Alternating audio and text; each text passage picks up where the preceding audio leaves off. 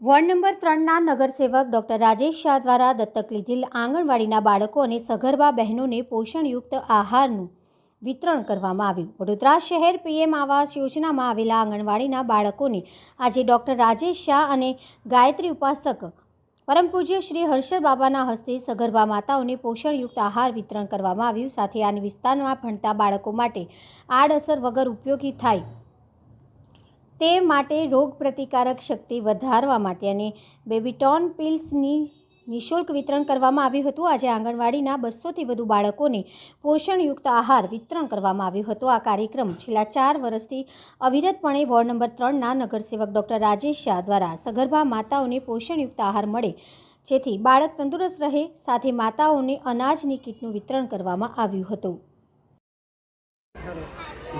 આજરોજ અમારો દત્તક વિસ્તાર એવો અઘોરા મોલ ખાતે આવેલ આંગણવાડીમાં આસપાસ વિસ્તારના બધા જ સગર્ભા અને ધાત્રી માતાઓને અને આંગણવાડીના બાળકોને આદરણીય પરમ પૂજ્ય એવા ગાયત્રી ઉપાસક હર્ષદ બાપાના આશીર્વાદ મળ્યા છે અને આજે હર્ષદ બાપાના હાથે બધા બહેનોને માતાઓને કીટ પણ મળી છે।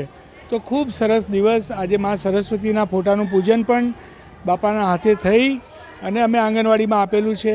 એટલે હવે અમારી આંગણવાડી સુસજ્જ છે કે જેમાં એર કુલર છે, લાઇબ્રેરી છે, બાળકોની કોમ્પ્યુટર છે અને આ રીતના કાર્યક્રમ દર મહિને કરવામાં આવે છે। આમ ખરેખર આજનો દિવસ એ ઈશ્વરીય આશીર્વાદવાળો દિવસ છે અને આજે મારા બધા જ મિત્રો પણ ડૉક્ટર પ્રવીણ જોશી, ડૉક્ટર રાજેશ ભટ્ટ, રાજેશભાઈ ચૌહાણ સાથે બધા જ કાર્યકર્તા પણ અહીંયા હાજર ઉપસ્થિત રહ્યા। આસપાસના નાગરિકોની સાથેનો સહકાર સાથે માતાઓને વિશેષ અભિનંદન આપવાના કે એમને જે સંસ્કાર સિંચન કર્યું છે બાળકોમાં એ ખૂબ અભિનંદનીય છે।